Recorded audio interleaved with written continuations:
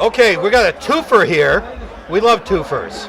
We have Andrea Campbell, who's running for Attorney General. We have current Attorney General and gubernatorial candidate Maura Healey. Ms. Campbell has been endorsed by Ms. Healey. So they're here as a tag team. They're looking for the belt. So this is not going to be the steel cage match. That comes later in the fall, obviously. However, I want to thank you both very much for coming by. I'm just going to go this way.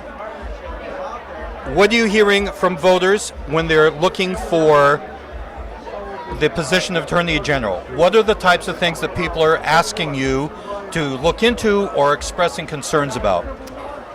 Inflation comes up, price gouging with respect to certain goods, housing affordability, housing discrimination, everything having to do with the Supreme Court, drug abuse and substance use disorder and mental health. Those issues, of course, go hand in hand.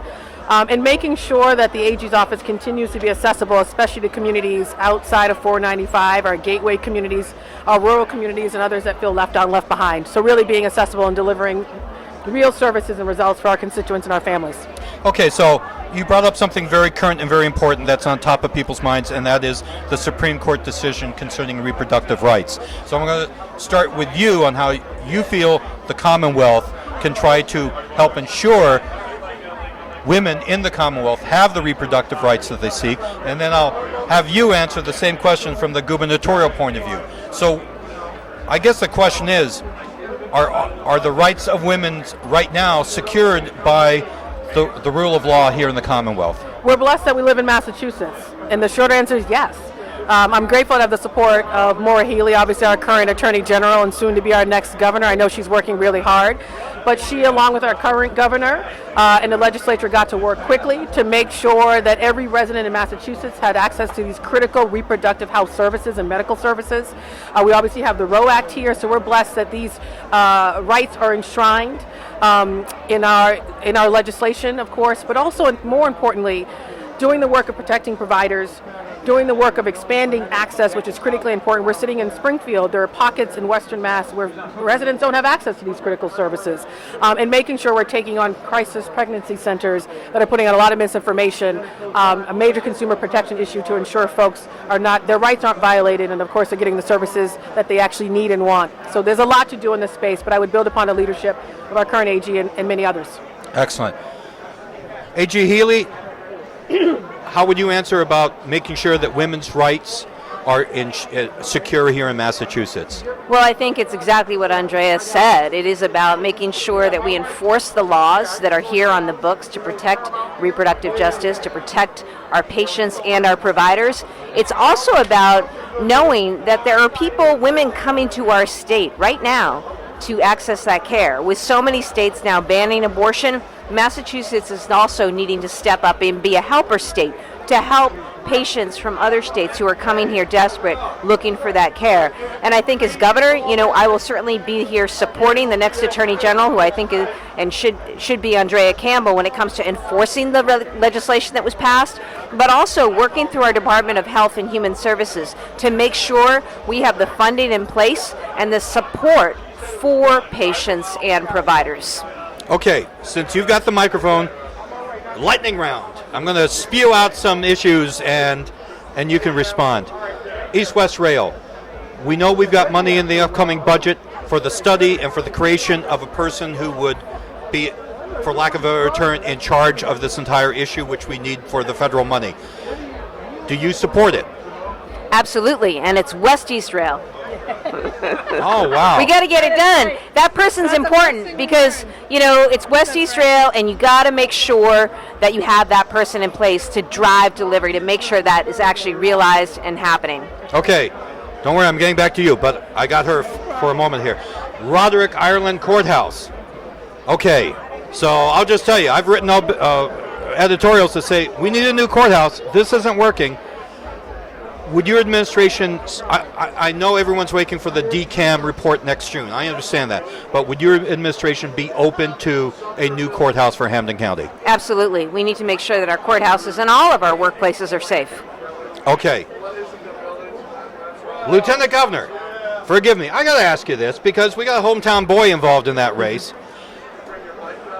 Are you seeking to have any last-minute alliance with any of the three candidates, or are you waiting to see what the voters decide after the primary? I think I'm leaving this one to the voters, recognizing we've got a field of great candidates. I have respect for them all. I've worked with them all, but this one is for the voters to decide, and I'll look to be a great partner with whomever emerges as the nominee. A very diplomatic answer. Thank you, AG. All right, I got to ask you another question. Okay, and this has to do with regional equity, which is usually a question that we aimed at someone like A.J. Healey running for governor. But you're running to be the Attorney General for the entire state, and obviously there's a lot of concerns between East-West, but also what I'm hearing so much is concerns between urban and country. In Western Massachusetts, we have communities that are absolutely struggling with the cost of schools, with access to broadband. Some of these issues are, of course, not issues necessarily for the AG, but how are you going to ensure that you're looking at the whole Commonwealth, not just the Boston area?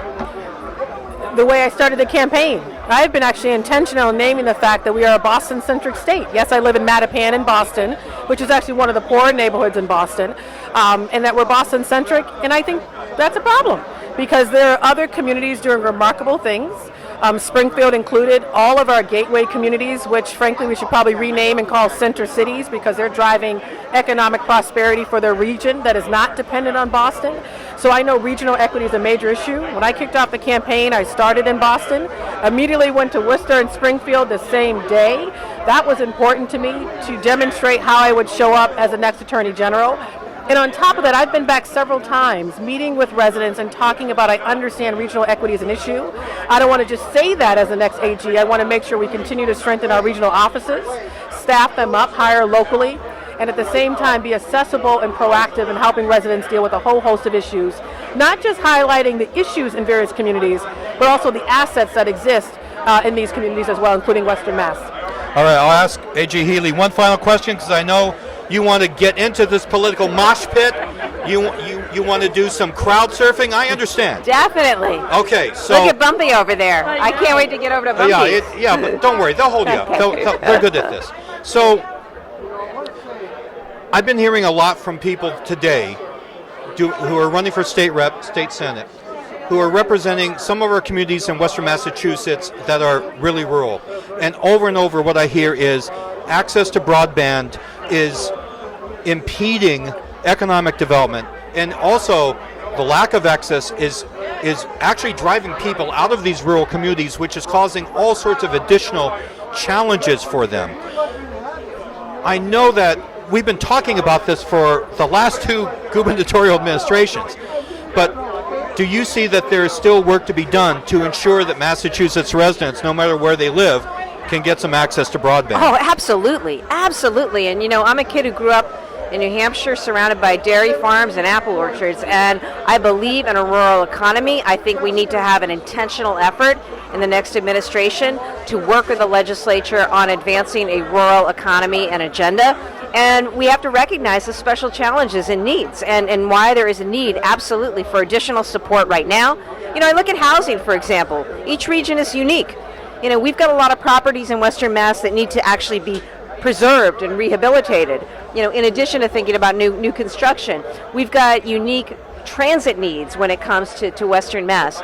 And we've got to be firing on all fronts when it comes to our economy and maximizing all that we have across this state. And the rural economy has been left behind for far too long at a time when it's gotten harder and harder for folks in that sector. And I've talked to legislative leadership on this. I am absolutely committed to delivering as governor for our rural communities who offer so much to this Commonwealth, but just haven't been given the love for far too long. We can change that. I want to thank you both for stopping by and talking to us. We really appreciate it, and hopefully we can talk to you more in the future. Always Thanks so much. Great to see you. Thank you.